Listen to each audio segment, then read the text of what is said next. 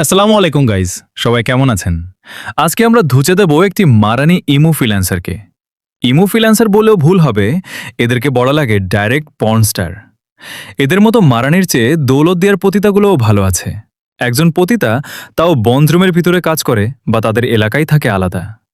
আর এসব চুতমারানিরা যেখানে সেখানে প্রকাশ্যে অশ্লীলতা করে। আপনারা আগে ভিডিও দেখে নেন, তারপরে আমি বলতেছি। আমি যদি সবকিছু বলি তাহলে আপনাদের বিশ্বাস নাও হইতে পারে। আসসালামু আলাইকুম, মোস্ট ওয়েলকাম। আবারও চলে আসলো একটা ভাই বডি মেসেজ করার জন্য আমাদের মেসেজ সেন্টারে।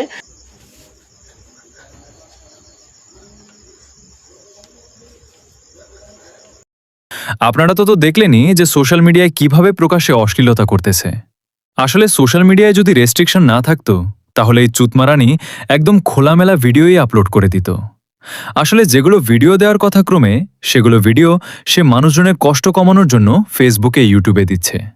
আসলে এমন দয়াল চুতমারানি খুব কমই পাওয়া যায়। ফেসবুক টিকটকে এরকম চুতমারানি অনেক আছে, কিন্তু এই মারানি একটু বেশিই দয়াল। এদিকে এই মারানির ভিডিও দেখে হাতের কাজ শুরু করে দিয়েছে আমার এক চোদনা বন্ধু।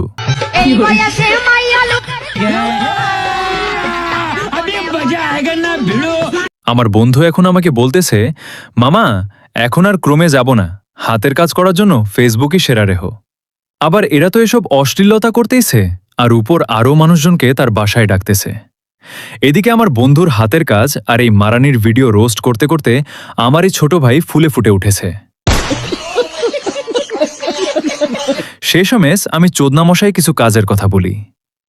যেহেতু সোশ্যাল প্ল্যাটফর্ম রয়েছে সেহেতু ভালো মন্দ সব ধরনের মানুষই থাকবে, এটাই স্বাভাবিক। যেমন ধরেন আমাদের আশেপাশে দিয়েই ভালো মন্দ ছোট বড় সব ধরনের মানুষজনই রয়েছে, তেমন এরকম সোশ্যাল মিডিয়াতেও সব ধরনের মানুষজন থাকবে, এটাই স্বাভাবিক।